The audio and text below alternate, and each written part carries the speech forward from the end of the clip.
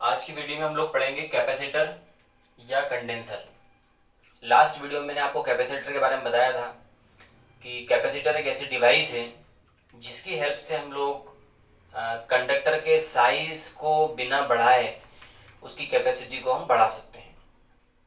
Means capacitor is a device by which without increasing shape और size of conductor its capacity can be increased. कैसे करते हैं वो मैंने बताया था। और कैपेसिटर को हम कंडेंसर भी कहते हैं। कंडेंसर आप लोग जानते होंगे, बहुत ज़्यादा प्रचलित वर्ड है ये। इसका इस्तेमाल हम लोग फैन में, मोटर में और भी तो बहुत सारी चीज़ों में हम लोग करते हैं। और हम सबसे पहले यहाँ देखने वाले हैं पैरेलल प्लेट कैपेसिटर।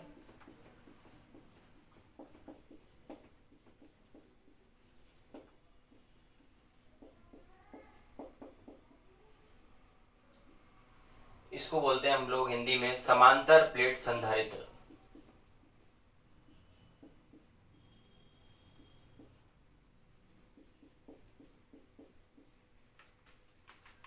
तो पैरेलल प्लेट कैपेसिटर के नाम से लग रहा है कि इसमें पैरेलल प्लेट्स होती हैं, समांतर प्लेटें होती हैं। तो मैं यहाँ दिखा रहा हूँ आपको दो मेटल्स की प्लेटें हैं, एक दूसरे के समांतर या पैरेलल रखी हुई हैं। और इस वाली प्लेट को हम पॉजिटिवली चार्ज कर देते हैं, धनावेशित कर देते हैं। मतलब एक सोर्स से जोड़ देते हैं, जैसे बैटरी के टर्मिनल से जोड़ देंगे पॉजिटिव टर्मिनल से, तो ये वाला प्लेट पॉजिटिव हो जाएगा। इलेक्ट्रोस्टैटिक इंडक्शन की वजह से यहाँ पर नेगेटिव चार्ज आ जाएगा। इस वाली प्लेट को हम अर्थ कर देंगे, पृथ्वीकृत कर देंगे। तो यहाँ जो पॉजिटिव चार्ज आता है वो पृथ्वी में चला जाता है। मतलब यहाँ से जो इलेक्ट्रॉन्स निकलते हैं और वो इस पॉजिटिव चार्ज को न्यूट्रलाइज कर देते हैं। दोनों जो प्लेटें हैं उनके बीच का डिस्टेंस हम लोग मानते हैं कि d है। हर एक प्लेट का जो क्षेत्रफल है, जो सरफेस एरिया है, वो a मान लेते हैं। ये वाला जो प्लेट है इस पर surface charge density plus sigma है। मतलब आवेश का जो पृष्ठ घनत्व है वो प्लस सिग्मा है। इस वाली प्लेट पर surface charge density minus sigma है। और दोनों प्लेट्स के बीच में जो इलेक्ट्रिक फील्ड है, विद्युत क्षेत्र है, वो ई नॉट है। उसकी डायरेक्शन है पॉजिटिव से नेगेटिव की तरफ। तो सबके बारे में अपन थोड़ा देख लेते हैं। सबसे पहले इलेक्ट्रिक फील्ड की बात करें कि यहाँ पर इलेक्ट्रिक फील्ड कितना है। तो यहाँ पर जो इलेक्ट्रिक फील्ड रहता है, विद्युत क्षेत्र जो रहता है, वो पॉजिटिव प्लेट की वजह से रहता है और नेगेटिव प्लेट की वजह से भी रहता है। पॉजिटिव प्लेट की वजह से जो इलेक्ट्रिक फील्ड का डायरेक्शन है वो रहता है पॉजिटिव से नेगेटिव की तरफ, ऐसे। नेगेटिव से जो इलेक्ट्रिक फील्ड बनती है यहाँ पर उसकी डायरेक्शन भी होती है नेगेटिव की तरफ, ये भी इधर ही है। तो दोनों की जो फील्ड है वो सेम डायरेक्शन में है, इसलिए हम दोनों को प्लस कर देते हैं। तो एक प्लेट की इलेक्ट्रिक फील्ड होती है सिग्मा अपॉन 2 एप्सिलॉन नॉट। दूसरी वाली प्लेट की भी है सिग्मा अपॉन 2 एप्सिलॉन नॉट। ये सब मैंने आपको पहले पढ़ाया हुआ है। तो जो टोटल इलेक्ट्रिक फील्ड बन जाती है वो हो जाती है आपकी 2 सिग्मा अपॉन 2 एप्सिलॉन नॉट, यानी कि सिग्मा अपॉन एप्सिलॉन नॉट। तो आपको याद रखना है कि इलेक्ट्रिक फील्ड का भी पूछते हैं कि कोई कैपेसिटर है उसके अंदर इलेक्ट्रिक फील्ड कितनी है, तो वो रहेगी सिग्मा अपॉन एप्सिलॉन नॉट। अब हम देखते हैं कि दोनों जो प्लेट्स हैं उन पर चार्ज है। चार्ज होने की वजह से उन पर उनके बीच में पोटेंशियल डिफरेंस स्टैब्लिश हो गया है, विभवांतर स्थापित हो गया है।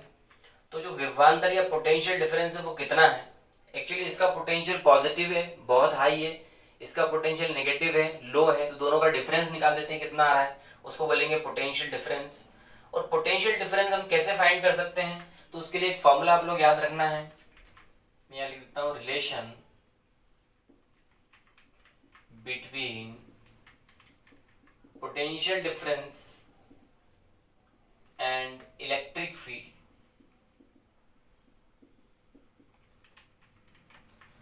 विभवांतर और विद्युत क्षेत्र में संबंध, उनके बीच में क्या संबंध है, क्या रिलेशन है, वो हमको याद रखना पड़ेगा। और वो रिलेशन होता है E equals to minus dV by D R.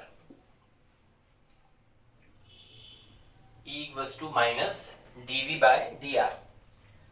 अब ये dV क्या है और dr क्या है वो देख लेते हैं। डीवी जो है very small change in potential, विभव में बहुत अल्प परिवर्तन।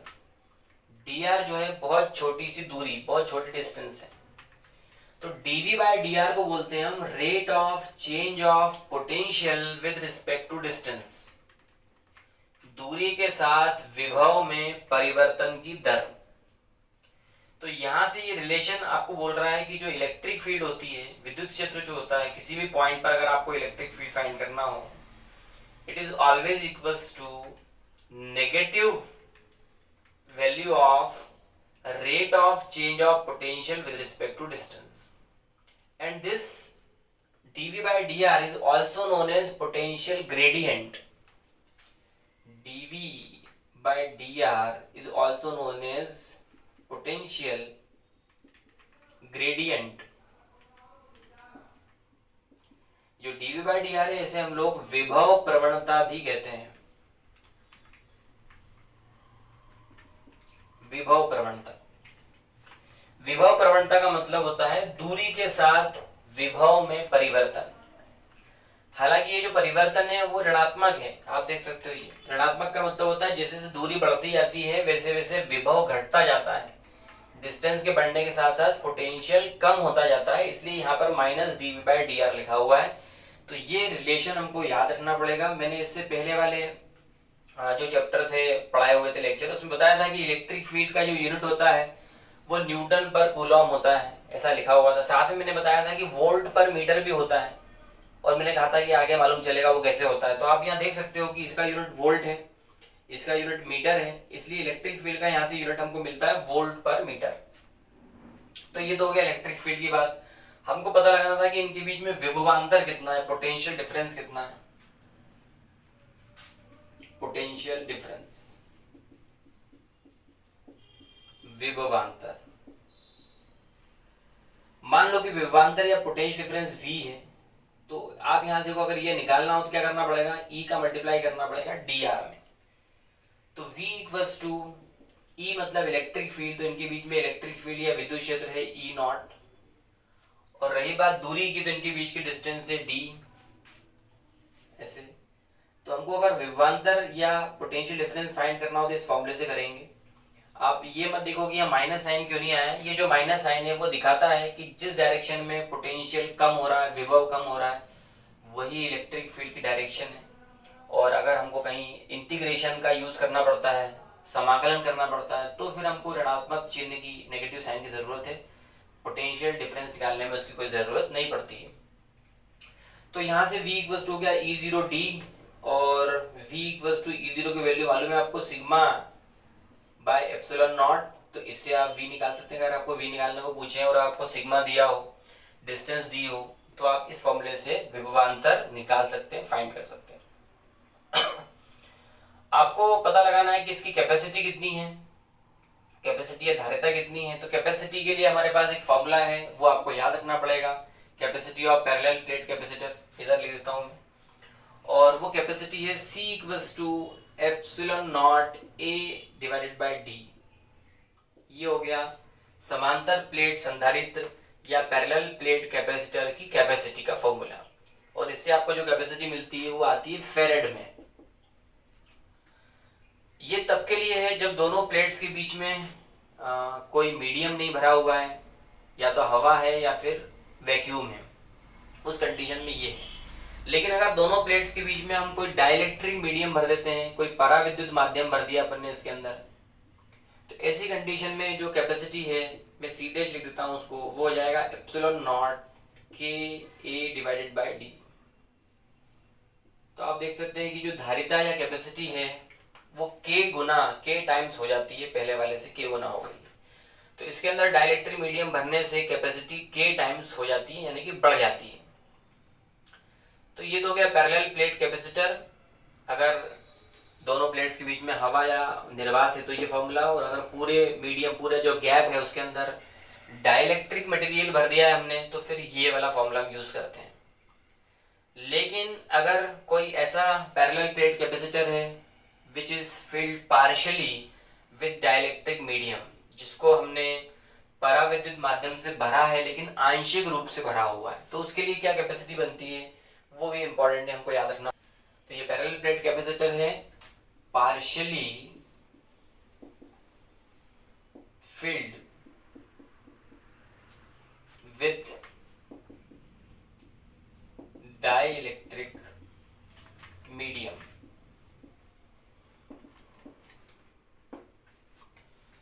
जो डाइलेक्ट्रिक मीडियम से पार्शियली फिल्ड है, आंशिक रूप से भरा हुआ, आंशिक रूप से भरा। तो इसकी दो प्लेट्स हैं, जैसे पहले हमने देखा था। इसके बीच में हमने एक डाइलेक्ट्रिक स्लैब रख दी है ना, एक डाइलेक्ट्रिक मीडियम, जैसे कि वैक्स है या ऑयल है, पेपर है या माइका है, इस तरह कोई चीज हमने इसके अंदर भर दी है। और ऐसा करने से क्या हो रहा है वो देख लेते हैं। यहाँ पर तो चार्ज पॉजिटिव है, इस प्लेट पर चार्ज नेगेटिव था, लेकिन इस पर चार्ज आ जाता है नेगेटिव।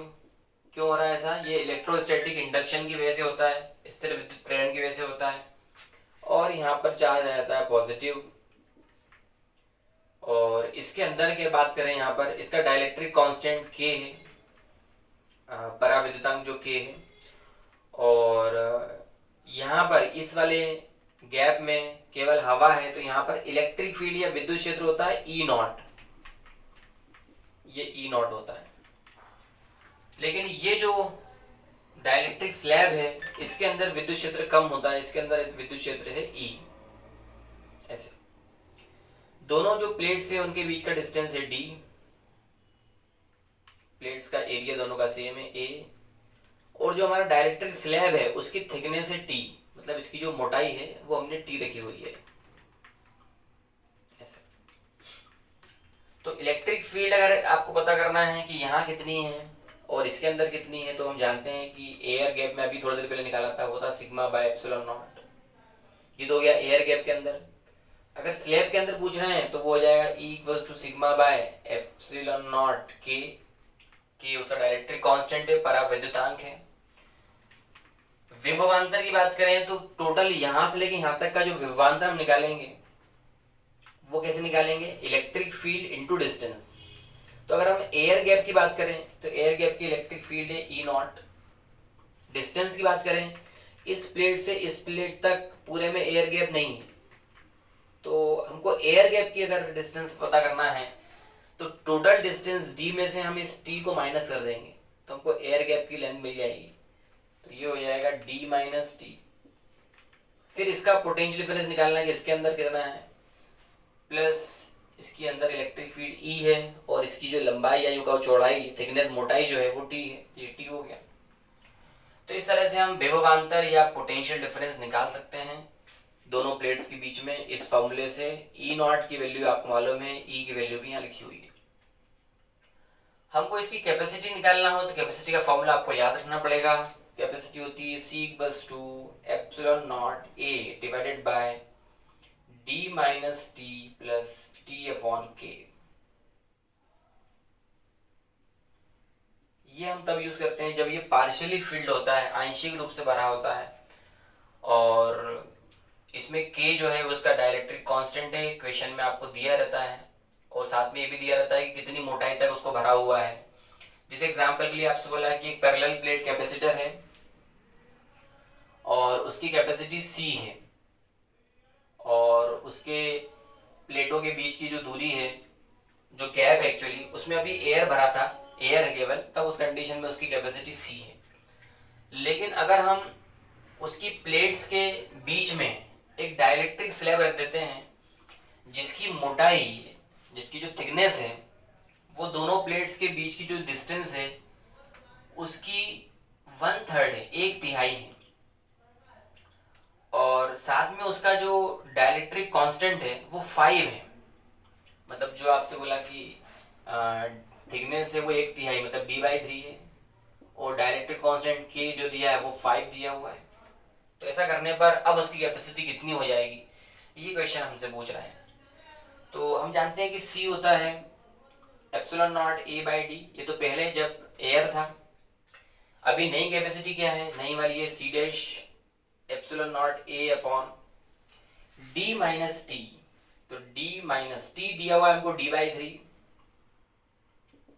प्लस फिर लिखा हुआ है हमारे पास में t/k, तो t हमारा वही d/3 है, d/3 और k है हमारा 5।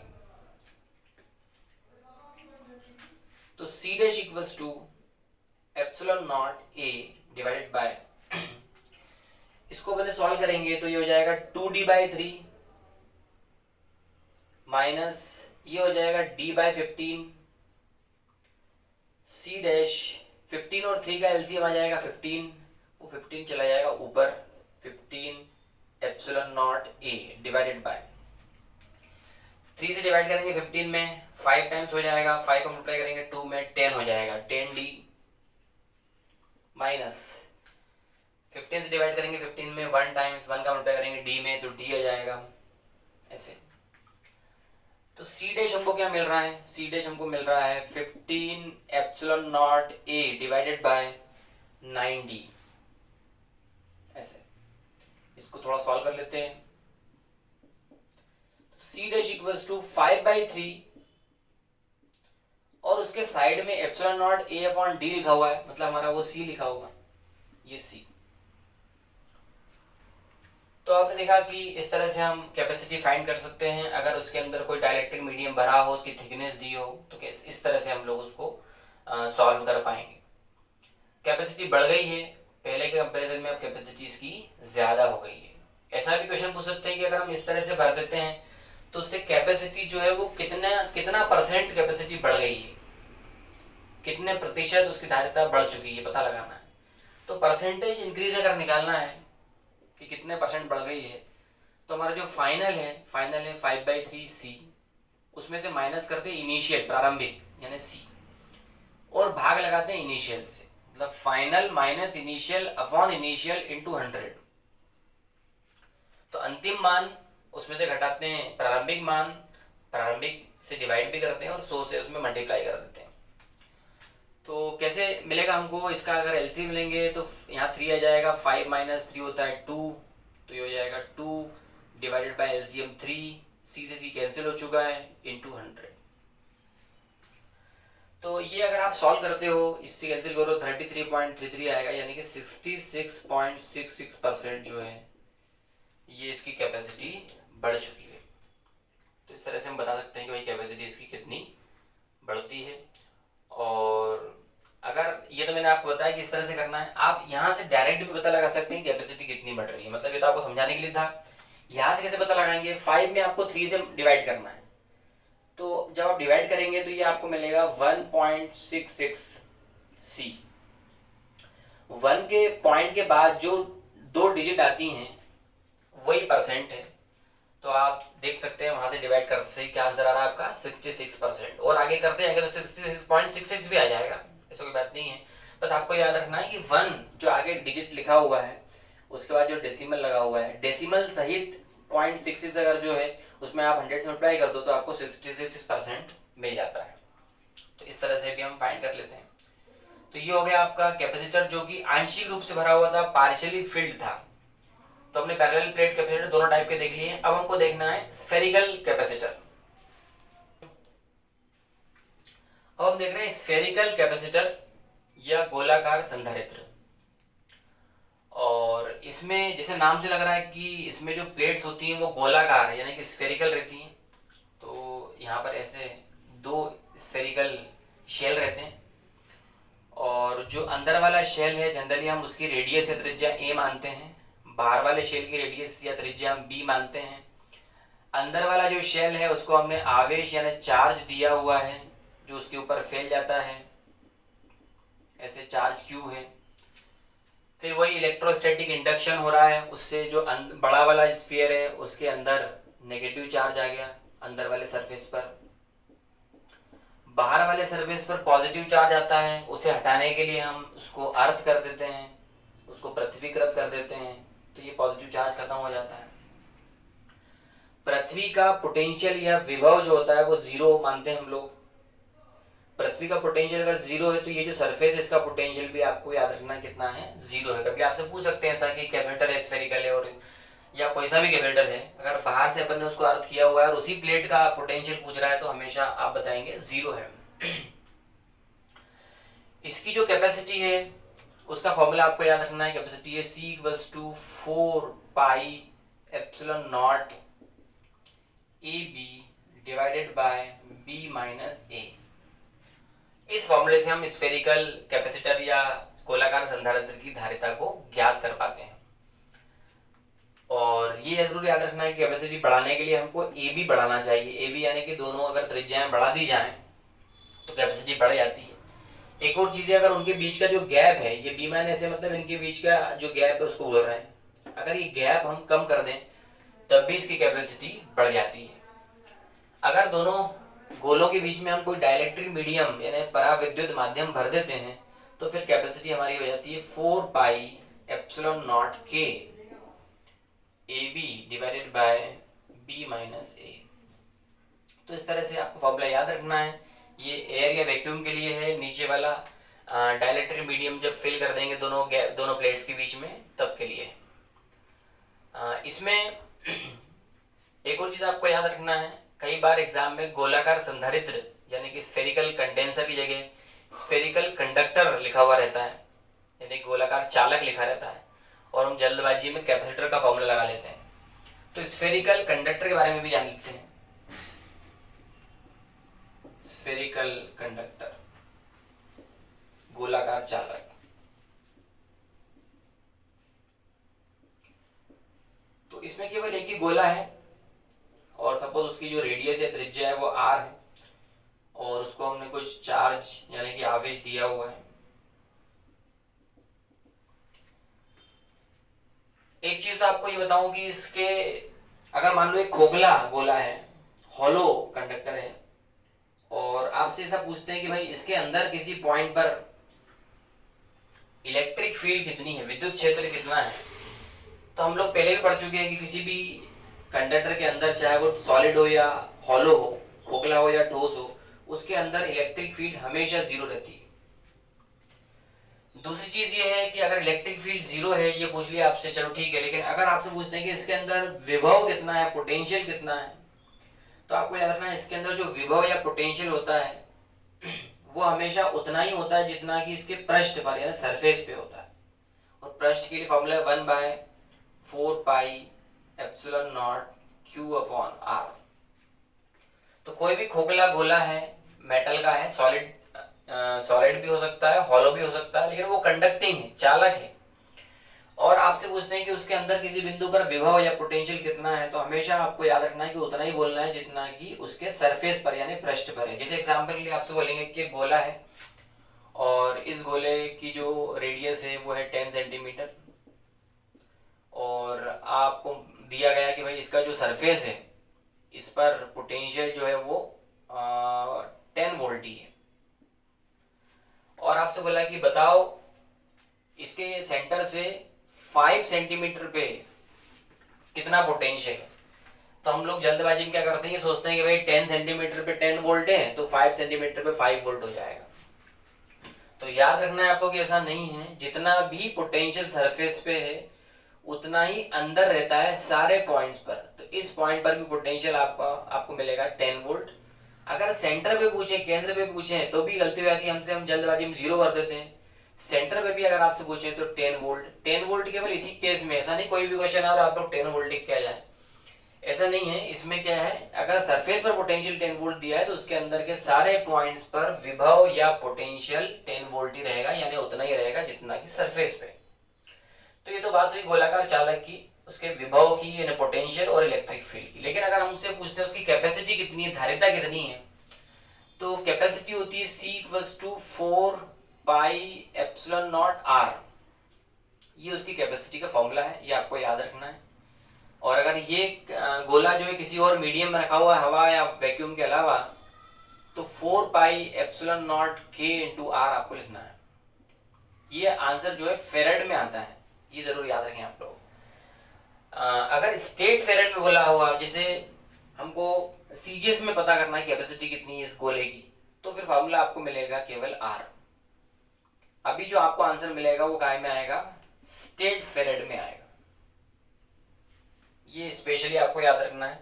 ऐसे क्वेश्चन एग्जाम में आ जाते हैं कि एक गोली चालक है, एक स्फेरिकल कंडक्टर है और उसकी रेडियस जो है वो 3 सेंटीमीटर है, तो बताओ उसकी कैपेसिटी कितनी है। तो ऑप्शन में कहीं पर भी 3 लिखा हो, 3 स्टेट फेराड याद रखना, लेकिन स्टेट फेराड होना चाहिए, वो इसका करेक्ट आंसर है। जितनी रेडियस उतना ही कैपेसिटी होती है इसकी सीजे सिस्टम में। तो ये इस तरह से आपको ये जरूर याद रखना है कि स्फेरिकल कंडक्टर के बारे में कैपेसिटी पूछी है उसकी, या फिर स्फेरिकल कैपेसिटर का पूछा है, तो दोनों का जो फॉर्मूला है वो अलग अलग है और अलग अलग तरह से इसको सॉल्व करेंगे। इसके बाद एक और चीज में एक और क्वेश्चन आप बताता हूँ। कई बार आपसे पूछ लेते हैं कि भाई गोला है और उसकी जो कैपेसिटी है, अर्थ के बारे में पूछ लेते हैं कि अर्थ की कैपेसिटी कितनी है। तो अर्थ की कैपेसिटी कैसे निकालेंगे? अर्थ के लिए फॉर्मूला वही C इक्वल्स टू 4πε0r और C इक्वल्स टू इसकी वैल्यू है 1/9 इंटू 10⁹। अर्थ की रेडियस हम मोटे तौर पे 6400 किलोमीटर होती है, उसको मीटर में चेंज करने के लिए 1000 से मल्टीप्लाई करना पड़ता है। तो इस तरह से C इक्वल्स टू हो गया आपका 64/9 इंटू 10 यहाँ 3 और 2 5 हो गई, यहाँ पर 9 है तो हो जाएगा -4। आंसर क्या में आ रहा है आपका? फेरेड में आ रहा है। अगर आप इसमें डिवाइड करते हैं तो आता है 7.11 10⁻⁻4 फेरेड। लेकिन अगर ऑप्शन में फेरेड में आंसर नहीं है, माइक्रो फेरेड में है, तो आपको इसे माइक्रो फेरेड में कन्वर्ट करना पड़ेगा। उसके लिए क्या करेंगे हम? इसको 10⁻⁻4 की 10⁻⁻6 बनाना पड़ेगा। ये जो डेसिमल आपको दिख रहा है इसको हम यहाँ ले आते हैं, तो जाएगा 711 इंटू 10⁻⁻6 फेरेड। अब 10⁻⁻6 फेरेड को हम लोग माइक्रो फेरेड लिख सकते हैं, तो 711 माइक्रो फेरेड। तो ये अर्थ की कैपेसिटी याद ही रखना हमको कि 711 माइक्रो फेरेड होती है। और अगर ये लिखा हुआ हो कि अर्थ जो है उसके आसपास मॉइस्चर है, बरसात के दिन में अर्थ की कैपेसिटी कितनी है, और आप समझ गए कि मीडियम बदल गया, एयर नहीं है, तो बरसात के दिनों में कैपेसिटी होती है C इक्वल्स टू 4πε0k आ जाएगा। और बरसात यानी कि मॉइस्चर जो है वो पानी है, उसका जो k होता है वो करीब 80 होता है। तो ऐसी कंडीशन में आप इसमें 80 से मल्टीप्लाई कर देंगे तो आपको बरसात के दिन में उसकी कितनी कैपेसिटी वो भी मिल जाएगी।